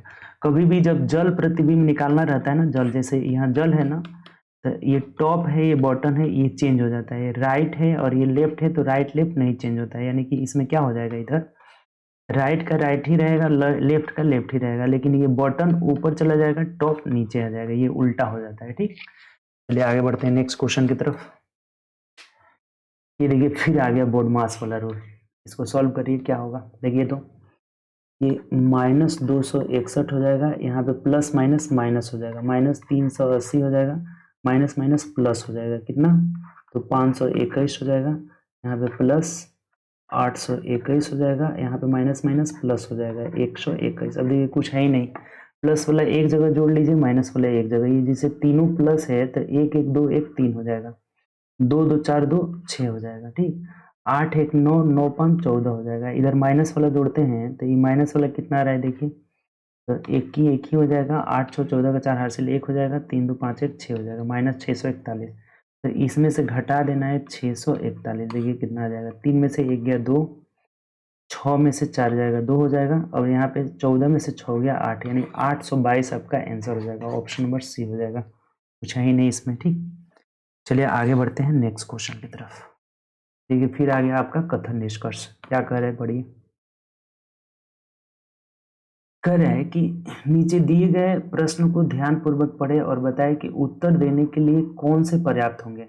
जैसे P Q R S T में सबसे कम वजन वाला हमें ढूंढना है। पहला कथन पढ़िए, अगर पहला से निकल जाएगा तो यही आंसर हो जाएगा। क्यू का वजन पी और एस से कम है, यानी जो क्यू का वजन है ये पी और एस से कम है, पी से और एस से। अब पी एस के बारे में हमें पता नहीं है, इससे क्या है कम है। अब कह रहे हैं कि एस का वजन टी से ज्यादा है, एस का जो वजन है टी से क्या है ज्यादा है, टी से ज्यादा है यानी कि टी इससे कम है, टी से ज्यादा है यानी कि टी जो हो जाएगा इधर भी हो जाएगा और इधर कहीं भी हो जाएगा। एस का वजन टी से क्या है ज्यादा है, तो टी यहाँ भी हो जाएगा, यहाँ भी हो जाएगा, इधर कहीं हो जाएगा। ठीक है, अभी दिए फिक्स नहीं है आपका, मतलब एस के इधर नहीं जाएगा, ये तो फिक्स है। इधर यहाँ से लेकर यहाँ तक टी कहीं भी हो जाएगा। ठीक, अब आगे पढ़िए। अब देखिए इससे तो हमें पता नहीं चला ना कि सबसे कम वजन क्यों है, क्योंकि अभी तो सिर्फ दिया हुआ है क्यू के बारे में, पी के बारे में, एस के बारे में, टी के बारे में, आर के बारे में कहीं बताया नहीं। तो अब अगला निष्कर्ष पढ़िए कि आर का वजन क्यू से अधिक है। क्यू से क्या है अधिक है, यानी कि इधर आर होगा, इधर कहीं भी आर होगा, इधर बीच में। ठीक, आर का वजन क्यू से अधिक है लेकिन टी से कम है, इसका मतलब टी से इधर होगा, आर से इधर होगा, यानी कि बीच ही में होगा कहीं ना कहीं। ठीक, तब देखिए इससे पता चल गया ना कि आर जो है क्यू से बड़ा है और टी से छोटा है, इसका मतलब सबसे छोटा कौन है, आर है। सबसे छोटा कौन है, ये आर है, के सॉरी सॉरी क्यू है, क्यू सबसे छोटा कौन है, क्यू है। ये कैसे पता चला, तो दोनों को साथ में मिला रहे हैं तब पता चल रहा है, केवल एक से पता नहीं चल रहा है। तो आंसर हो जाएगा एक और दो दोनों पर्याप्त है, ऑप्शन नंबर बी हो जाएगा। आप सिर्फ और सिर्फ एक से इससे नहीं पता लगा सकते हैं, क्योंकि आर के बारे में नहीं बताया है। जब दोनों को साथ में मिला दे रहे हैं तो हमें पता चल जा रहा है कि क्यू सबसे छोटा है। जो क्या निष्कर्ष सही हो जाएगा, एक और दोनों एक साथ पर्याप्त है, ऑप्शन नंबर बी हो जाएगा। ठीक, चलिए आगे बढ़ते हैं। नेक्स्ट क्वेश्चन 48 देखिए। 48 क्या कर रहा है, 49 ना, 49 ग्राफ से रिलेटेड है कि नीचे दिए गए तालिका 10 अनुभाग ए और बी करे कक्षा 10 का अनुभाग ए और बी, यानी कि जैसे नहीं होता है कक्षा में सेक्शन, सेक्शन बोला जाता है उसको, सेक्शन ए और बी की मध्यावधि और संत्रांत परीक्षा के भाग लेने वाले, मध्यावधि लिखा हुआ है, और सत्रांत परीक्षा में भाग लेने वाले छात्रों की संख्या को दर्शाया गया है। ठीक, अब क्या बोला हुआ कि अनुभाग ए में छात्रों का प्रतिशत एक दशमलव पूर्णांक तक क्या होगा। ए में छात्र का प्रतिशत, अब देखिए ए का टोटल जोड़ना पड़ेगा तभी ना पता चलेगा प्रतिशत। तो 8 4 12, 12 6 18 और 6 4 कितना हो जाएगा, 18 4 22 कर 2 हासिल 2 हो जाएगा, 6 4 10 4 14 8 22 कर 2 हासिल 2 हो जाएगा। तो 2 2 4 1 5 5 6 11, यानी कि 112 हो गया। तो ये 112 और नीचे टोटल लेना पड़ेगा, ये ए का हो गया, इसी का प्रतिशत निकालना है, नीचे टोटल।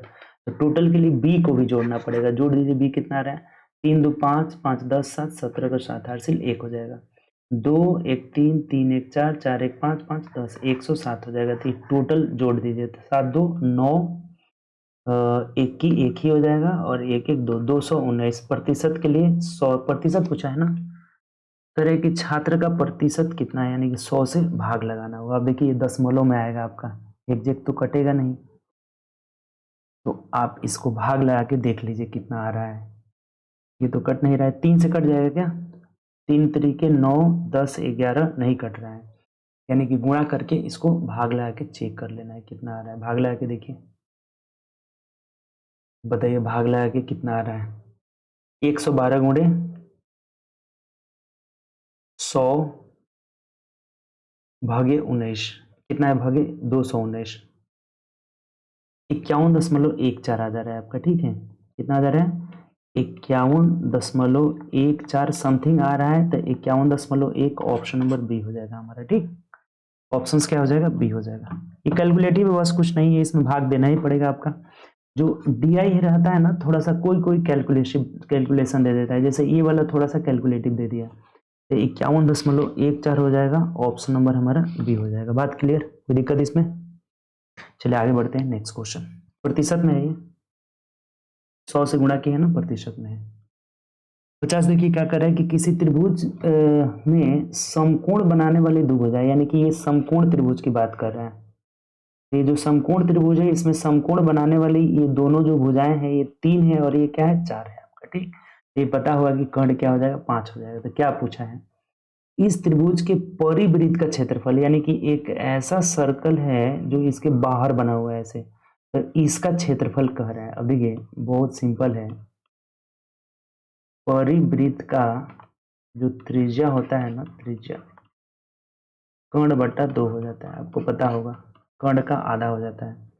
और जो अंतःवृत्त का त्रिज्या होता है ना, अंतःवृत्त का त्रिज्या is equal to P plus B minus H by 2 हो जाता है। ये समकोण त्रिभुज में ना दोनों बात ध्यान रखेंगे बहुत गौर से।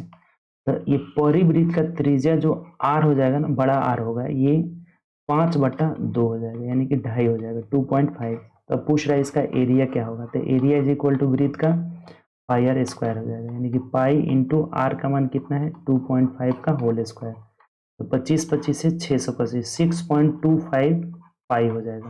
पाई में ही रखा हुआ है, ऑप्शन नंबर डी हो जाएगा हमारा। ठीक, तो ये दोनों फॉर्मूला आप क्या करेंगे याद रखेंगे, नहीं फॉर्मूला याद रखिएगा फिर आपका क्वेश्चन नहीं बन पाएगा। ये दोनों फॉर्मूला क्या रखना होगा, याद रखना होगा। चलिए आगे बढ़ते हैं नेक्स्ट क्वेश्चन।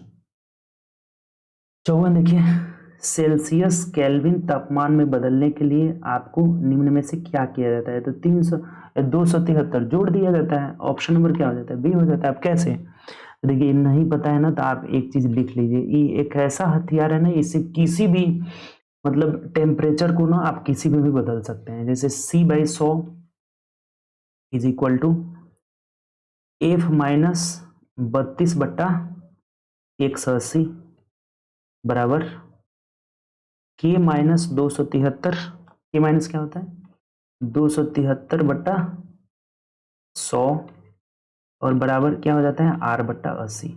ये अगर हथियार आप ध्यान में रखते हैं ना तो आप किसी भी सेल्सियस में हो या फ़ारेनहाइट में हो या केल्विन में हो या र्यूमर में हो, ये सब क्या है टेम्परेचर का मेजरमेंट है। तो आप किसी को भी किसी में भी बदल सकते हैं आप, ये अगर याद रहेगा तब, नहीं याद रहेगा फिर नहीं बदल पाएंगे। ठीक, तो हमें बोला है किसको बदलना है आपको, तो सेल्सियस को केल्विन में बदलना है, यानी कि केवल सेल्सियस वाला लिखिए C/100 बराबर केल्विन का कितना है K माइनस 273/100।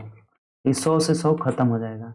ये बोल रहा है कि अगर सेल्सियस से केल्विन में बदलना है, यानी कि केल्विन इज इक्वल टू हो जाएगा C प्लस 273, यानी कि जो भी सेल्सियस मान रहेगा इसमें 273 जब जोड़ लेंगे तो क्या हो जाएगा, ये केल्विन में बदल जाएगा, यानी कि आंसर हमारा क्या होगा बी हो जाएगा। हमें सेल्सियस से केल्विन में बदलने के लिए सेल्सियस वाला में 273 जोड़ देंगे तो केल्विन में बदल जाएगा, यानी कि ऑप्शन नंबर बी हो जाएगा। तो ये बात आप ध्यान में रखेंगे। ठीक, चलिए आगे बढ़ते हैं नेक्स्ट क्वेश्चन। देखिए ये क्या कह रहा है 55 नंबर, एक बार पढ़ेंगे। 2 kg के एक द्रव्यमान वाली वस्तु को ऊपर की ओर 20 मीटर पर सेकेंड के प्रारंभिक वेग से फेंकी जाती है, तो 2 सेकेंड बाद उसकी गतिज ऊर्जा क्या होगी। अब देखिए ये भी पूछा है, काइनेटिक एनर्जी है, kinetic energy is equal to half mv², 1/2 mv² होता है। तो इसमें भी का मान नहीं दिया है, प्रारंभिक वेग u होता है। देखिए क्या क्या दिया हुआ है पहले लिख देते हैं, m दिया हुआ है 2 kg, u दिया हुआ है प्रारंभिक वेग 20 मीटर पर सेकेंड, t का मान दिया हुआ है 2 सेकेंड, ठीक है 2 सेकेंड, और एक g दिया हुआ है, यहाँ पे g दिया हुआ है, g का मान कितना दिया हुआ है 10 मीटर पर सेकेंड स्क्वायर। g त्वरण होता है, गुरुत्वीय त्वरण, तो इसका मान दिया हुआ है। अब देखिए यानी कि हमें v का मान निकालना है। अब एक बात आपको पता होगा कि v बराबर u प्लस AT, ये बात पता है कि नहीं आप बताइए। एक फॉर्मूला होता है v बराबर u प्लस AT। जब इसको जो त्वरण है ना इसको गुरुत्वीय त्वरण के रूप में लेंगे तो v is equal to u, ये जो देखिए कहाँ से फेंक रहे हैं ये भी ध्यान देना होगा। कह रहा है कि ऊपर की ओर फेंका जाता है, तो जब ऊपर फेंकते हैं तो g निगेटिव हो जाता है, नीचे फेंका जाता है तो g पॉजिटिव, तो यहाँ gt हो जाएगा माइनस gt हो जाएगा। अब कुछ नहीं है, यहाँ से v का मान आप निकाल लीजिए, u का मान कितना दिया है 20, अब माइनस जी का मान कितना है यहाँ पे 10 मीटर पर सेकेंड, और इंटू टी का मान कितना है 2 सेकेंड, 2 से गुणा कर लीजिए, यानी कि 20 में से 20 गया कितना हो जाएगा 0 हो जाएगा, यानी कि v का मान 0 हो गया। तब यहाँ रख दीजिए काइनेटिक एनर्जी पूछा हुआ था, तो k is equal to half m, mass कितना है 2 और v का मान 0 आ गया, यानी काइनेटिक एनर्जी 0 जूल हो जाएगा। 0 जूल मतलब ऑप्शन से देखिए ऑप्शन नंबर बी हो जाएगा। आसान सा क्वेश्चन था। अब देखिए इसके लिए आपको ये सब फॉर्मूला याद होना चाहिए। ये सब फॉर्मूला अगर आप ये सब फॉर्मूला आपको नहीं याद है ना, तो मेरे ही चैनल पे जाइए। हम लगभग 1.5-2 साल पहले ना आपको न्यूमेरिकल का लगभग 15 और 10 25 क्लास दे चुके हैं। अब जाकर के प्ले लिस्ट में देखिए, वहाँ पे लगभग 25 क्लास न्यूमेरिकल का दिए हैं, और ये सब फॉर्मूला आपको उसमें करा दिए हैं। एक एक करके फॉर्मूला और बहुत सारा क्वेश्चन कराए हैं, तो उसको जाकर देखिए, वहां से समझ में आ जाएगा। आपका नोट्स बना लीजिए उसका, ठीक। चलिए आगे बढ़ते हैं नेक्स्ट क्वेश्चन। ये देखिए अपन दिए गए श्रृंखला में अलग चित्र क्या है, यानी कौन डिफरेंस है अलग है आपका, ठीक। अब देखिए यहाँ दिया ऑप्शन 4, 4 का मतलब क्या है जेड, तो जेड लिख देते हैं। 1 का मतलब ए, 2 का मतलब एफ है, और 5 का मतलब एल है, ऐसे दिया हुआ है। इसमें से डिफरेंस कह रहा है कौन है। तो देखिए ये इसमें 1 2 3 3 रेखा का प्रयोग हुआ है, इसमें 1 2 3, इसमें भी 3 रेखा का प्रयोग हुआ है। एफ में 1 2 3, इसमें भी 3 रेखा का। एल में देखिए तो 1 2 2 ही रेखा का प्रयोग हुआ है, तो हमारा एल आंसर हो जाएगा। एल का मतलब डी, डी ऑप्शन नंबर 5, 5 वाला फिगर जो है अलग है, तो यही आंसर हो जाएगा ऑप्शन नंबर डी। समझ में आया कि नहीं बताइए। कौन इसमें ऑड है, अलग चिन्ह है, तो अलग चिन्ह कौन है एल, एल सबसे अलग है। सब में 3-3 गो लाइन है, जो ऑप्शन दिया हुआ है 3-3 गो लाइन है, इसमें 2 ही गो लाइन है, ठीक। चलिए आगे बढ़ते हैं नेक्स्ट क्वेश्चन।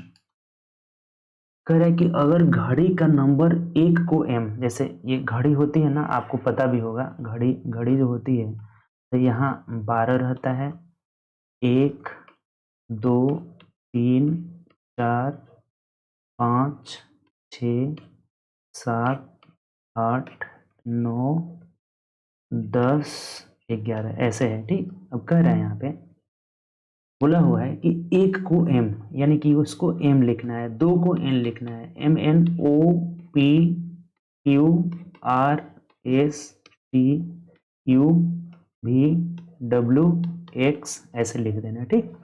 तो कह रहा है तो बताएं n द्वारा प्रदर्शित किया जाता है, आगे भी इसी तरह से लिखा जाता है। तो 21 बजने पर घंटे की सुई का 21 अक्षर पे हो गई। अब देखिए 21 बजता है, कभी 21 बजने का मतलब क्या, 9 बजेगा, 9 PM होगा, क्या हो जाएगा 9 PM। तो जब 9 बजेगा तो घंटा वाला सुई इस 9 ही पे न रहेगी, तो 9 का मतलब कि यू पे रहेगी, यू अक्षर पे, तो यू मतलब क्या हो जाएगा, ऑप्शन नंबर सी हो जाएगा। सिंपल सी बात हो गया। बताइए कहाँ नहीं समझे इसको, आसान सा क्वेश्चन है, क्लियर है। एम, एक को बोला था कि एम लिखना है, NOPQR सजा लिए, तो 21 बजने का मतलब 9 PM, तो 9 PM जब 9 बजेगा तो घंटे वाली सुई किस पे होगी, यू पे होगी, यू का मतलब ऑप्शन नंबर सी हो जाएगा, ठीक। चलिए आगे बढ़ते हैं नेक्स्ट क्वेश्चन। तो देखिए ये क्या कर रहा है कि बी के बाद डी लिख दिया है, तो बी के बाद सी डी, 2 जोड़ा हुआ है, बी के बाद सी डी, ई एफ हो जाएगा, यहाँ पे एफ हो जाएगा, एफ के बाद जी एच हो जाएगा, सही है, 2 2 जोड़ते गया है। जी के बाद से एच आई, आई के बाद से जे के हो जाएगा, के, तो एफ के यानी ऑप्शन नंबर ए ही मिल रहा है आपका, दूसरा है ही नहीं। उसके बाद से एल के बाद एम एन, एन के बाद ओ पी, यानी कि 2 2 जोड़ते गया है, ऑप्शन नंबर ए मिल जा रहा है, ठीक। चलिए आगे बढ़ते हैं। 2 2 जोड़ते गया है, इसमें क्या किया है 2 2 जोड़ते गया है, इसमें भी 2 2 जोड़ते गया है, सब में 2 2 जोड़ते गया है, ठीक। चलिए नेक्स्ट क्वेश्चन की तरफ बढ़ते हैं। अगला 59 नंबर क्वेश्चन देखिए क्या कह रहा है। बोला है हमें कि शरण और मयूख एक साथ मिलकर किसी काम को 18 दिन में समाप्त कर सकते हैं। वहां पर मयूख इस काम को अकेले करता है और वह 1/3 कार्य पूरा करके छोड़ देता है। इसके बाद शरण कार्य अकेले करता है और अकेले पूरा करता है, यानी पूरा काम वही करता है। जब ये 1/3 किया तो ये 2/3 करता है। इस प्रकार 40 दिन समय लगता है। तो यदि मयूर शरण से ज्यादा तेजी से काम कर लेता है तो शरण अकेले कितने दिनों में काम पूरा करेगा। अब देखिए ये क्वेश्चन जो है, 2 लोग हैं शरण और मयूर, कितने दिन में काम को करते हैं 18 दिन में। तो अब करना क्या है आपको ऐसे क्वेश्चन में, ये भी पढ़ाए हुए हैं नंबर सिस्टम में, सॉरी टाइम एंड वर्क जो पढ़ाए हैं ना, ऐप पे ही पढ़ाए हैं, तो इस तरह का लगभग 4-5 क्वेश्चन कराए हैं। जाकर देखिए 10 क्वेश्चन टोटल कराए हैं आपका, जो इससे है रिलेटेड, टाइम एंड वर्क से। 1 मिनट हो जाए।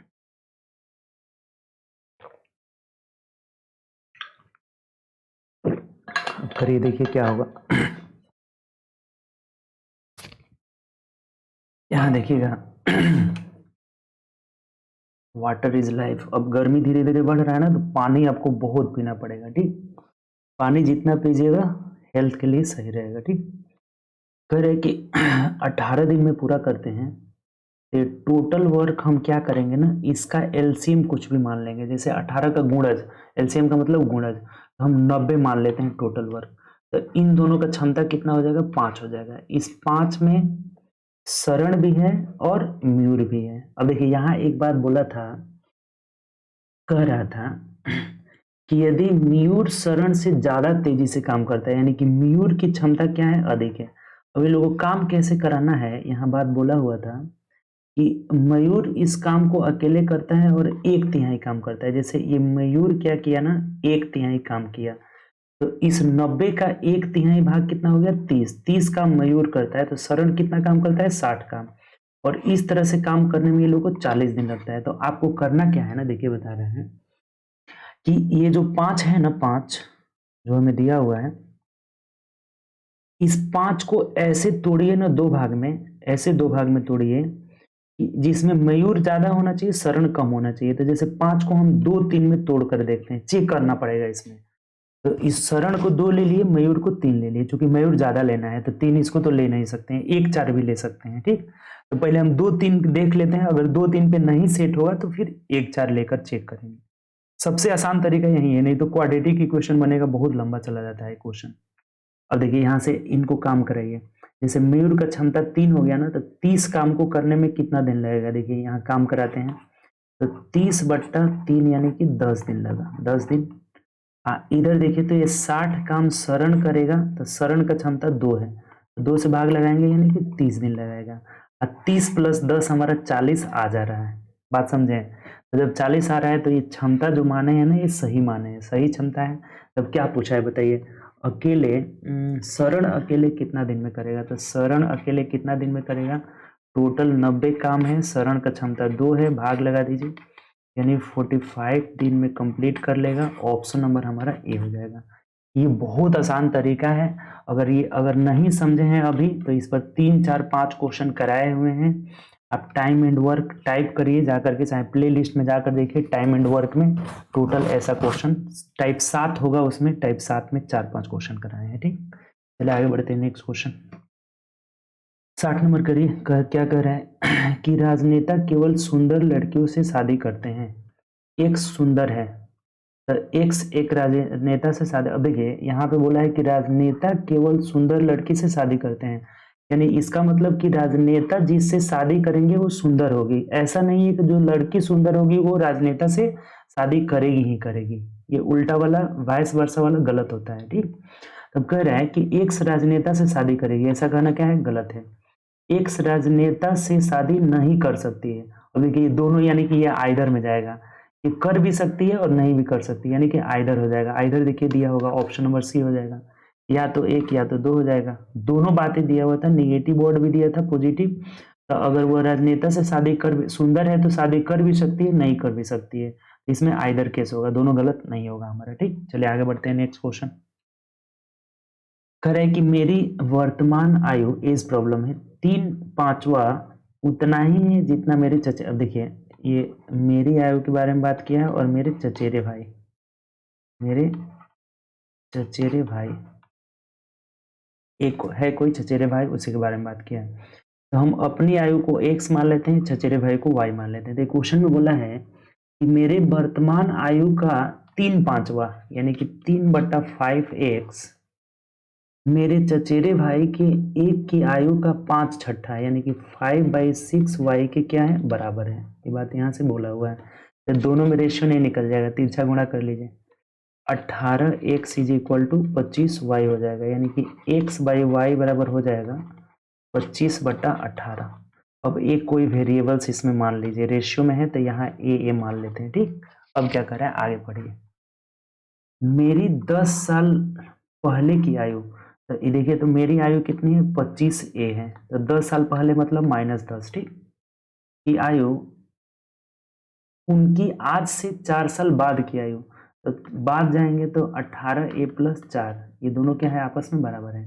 4 साल के बाद की आयु होगी, इसका मतलब बराबर है। अब देखिए यहाँ से A का मान निकाल लीजिए, इधर घटेगा तो कितना हो जाएगा, 15 में से 8 गया 7, 7A = 14 हो जाएगा, तो A का मान कितना हो जाएगा, 2।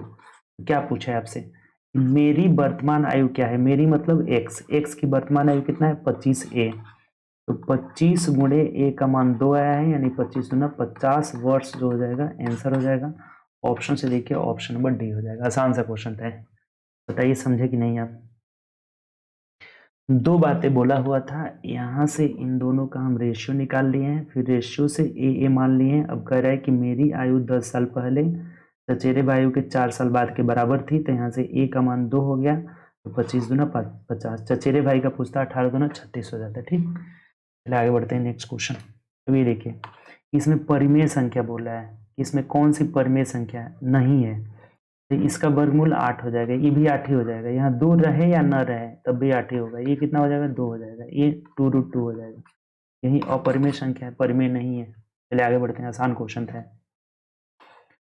यदि क्रिप्टन की परमाणु संख्या 36 है, तो 36 का क्या कार्य है, इलेक्ट्रॉन। अब 36 का देखिए, इलेक्ट्रॉनिक विन्यास जो लिखा जाता है, तो इलेक्ट्रॉनिक विन्यास में पहला कक्षा में 2, दूसरा कक्षा में 8, तीसरा कक्षा में 18, तो अब 2 8 18 हो गया, तो चौथा कक्षा में कितना होगा, देखिए, तो 18 8 26, 26 और 2 कितना होगा, 26 27 28 हो जाएगा।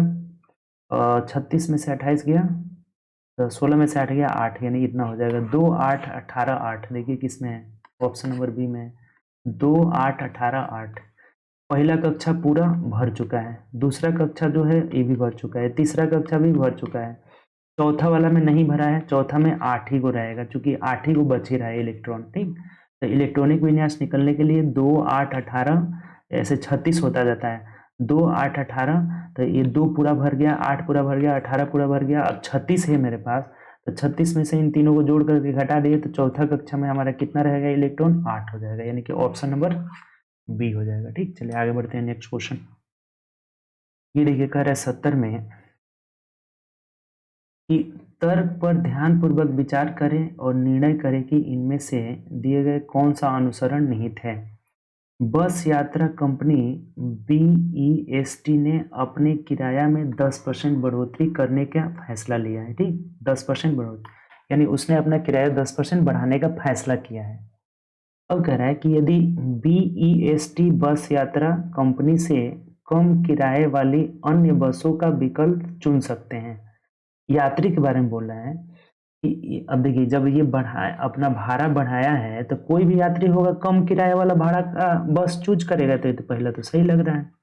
दूसरा पढ़िए, किराया वृद्धि के बाद भी बस यात्रियों की संख्या पहले जैसे ही बनी रह सकती है, ये अनुमान लगाया है, तो हो सकता है कि बनी रह सकती है, अजम्पशन है, तो ये भी क्या हो जाएगा, सही हो जाएगा, यानी कि 1 या 2 दोनों हो जाएगा, दोनों निहित है, यानी ऑप्शन नंबर ए हो जाएगा आपका। 70 का क्या होना चाहिए, ए होना चाहिए। बात बताइए समझ में आया कि नहीं। 70 का ए कथन 1 हो जाएगा। इसका मतलब कि जब ये 10% बढ़ाया है, तो मतलब दूसरे यात्री जो क्या करेंगे, अन्य बस का विकल्प चुनने का कोशिश करेंगे, विकल्प चुन सकते हैं, ये अनुमान ही लगा रहा है, तो अदम्पशन पहला भी सही है। हो सकता है कि किराया बढ़ाने के बाद भी अगर फैसिलिटी बढ़िया दे, तो उसमें पहले ही जितने यात्रियों की संख्या बनी रह सकती है, तो ये दोनों अजम्पशन क्या है, सही है आपका, दोनों हो सकता है, 1 और 2 दोनों नहीं थे, ठीक। चलिए आगे बढ़ते हैं नेक्स्ट क्वेश्चन। 750 रुपये निवेश किया जाता है, तो 3 महीने बाद इतना ब्याज मिलता है। साधारण ब्याज की बात किया है ना, साधारण ब्याज का दर क्या है। अब देखिए, साधारण ब्याज यानी ब्याज बराबर, आपको पता होगा कि SI = PRT/100 हो जाता है। तो SI 18 रुपया है, प्रिंसिपल 750 है, रेट पता नहीं है, टी कितना है, 3 माह, तो माह को वर्ष में बदलेंगे, 12 से भाग लगा देंगे और 100 से भाग लगा दीजिए, सिंपल। 0 से 0 खत्म हो गया, 3 चौके 12 हो जाएगा, और ये 5 से कटेगा तो 5 दूना 10 हो जाएगा, यहाँ पे कितना हो जाएगा, 15 पचे 75 हो जाएगा, ठीक। अब देखिए, तो 3 3 छक्के 18, 3 पचे 15 हो जाएगा, यानी गुणा कर लीजिए। 6 दूना 12 चौके 48, यानी रेट हो जाएगा कितना, तो 48/5, 5 9 45, 5 6 30, 9.6 हो जाएगा। ऑप्शन नंबर बी हो जाएगा हमारा। ठीक, 71 का क्या होगा, बी हो जाएगा। ठीक, चलिए आगे बढ़ते हैं। नेक्स्ट क्वेश्चन, निम्नलिखित क्रम में भिन्न चुनना है, कौन सा भिन्न है। देखिए भिन्न तो ऐसे ही नजर आ गया कि यही हो जाएगा, 3 नंबर वाला भिन्न है, तो ऑप्शन नंबर बी हो जाएगा। 3 क्यों भिन्न हुआ, सब में एक एक पॉइंट दिया हुआ है, इसमें 2 पॉइंट दे दिया, सब इसमें देखिए 1 है, इसमें भी 1 है, तो यही आंसर हो जाएगा। ठीक, चलिए आगे बढ़ते हैं। नेक्स्ट क्वेश्चन, तो देखिए 73 में इसमें त्रिभुज काउंट करना है। त्रिभुज काउंट करना आपको उस दिन सिखाए थे कि ऐसा फिगर बनेगा तो 1 2 3, यानी कि टोटल मिलाकर कितने हो जाएंगे, 3 हो जाएंगे। तो देखिए ऐसा कहाँ कहाँ बन रहा है, एक यहाँ बन रहा है, तो इसमें क्या हो गया, 3 हो गया, यहाँ भी एक बन रहा है, तो इसमें कितना हो गया, 3 हो गया, एक यहाँ भी बन रहा है, यहाँ भी 3 हो गया, तो 3 3 6 3 3 9, अभी तक कितना हो गया, 9 प्लस। अब यहाँ देखिए ये वाला जो फिगर है, ये त्रिभुज नहीं है, ये त्रिभुज नहीं है, कर्व है। यहाँ एक और एक यहाँ बन रहा है, यानी कि 2 इधर हो गया।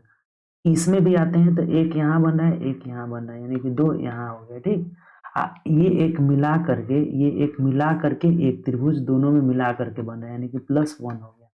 अब कहीं भी त्रिभुज का निर्माण नहीं हो रहा है, यानी कितना हो जाएगा, तो 9 4 13 और 1 14 हो जाएगा। 14 का मतलब ऑप्शन नंबर सी हो जाएगा हमारा। 73 का कितना हो जाएगा, सी हो जाएगा। चलिए आगे बढ़ते हैं। नेक्स्ट क्वेश्चन, अर्थात इसमें जो है, जो 75 नंबर क्वेश्चन तक था, टोटल कितना था, 75 क्वेश्चन तक था, जिसमें हम लोग मैथ का, रीजनिंग का और न्यूमेरिकल का टोटल क्वेश्चन हम लोग इसमें कंप्लीट किए। ये हम लोग का सेट नंबर 2 था, एएलपी टेक्नीशियन का सेट नंबर 2 था। देखिए यहाँ पे लिखा हुआ है एएलपी टेक्नीशियन का, ये सेट नंबर 2 था। तो ऐसे ही हम लोग डेली एक एक सेट करने का कोशिश कर रहे हैं। आप वीडियो को ज़्यादा से ज़्यादा शेयर करें, ताकि जितने भी दोस्त लोग आएंगे तो हमें भी मोटिवेशन मिलेगा, ज़्यादा से ज़्यादा और सेट आपको कराएंगे। ये सेट नंबर 2 है। टोटल इस बुक में 39 सेट है, तो 39 को हम लोग एग्जाम से पहले तो खत्म करेंगे ही करेंगे। ठीक, चलिए अगर वीडियो अच्छा लगा होगा तो शेयर करिए दोस्तों में। अगर पहली बार चैनल पे आए हैं तो चैनल को सब्सक्राइब कर लीजिएगा, बेल आइकन प्रेस कर लीजिएगा। ठीक, चलिए मिलते हैं नेक्स्ट सेट में। Okay bye, take care.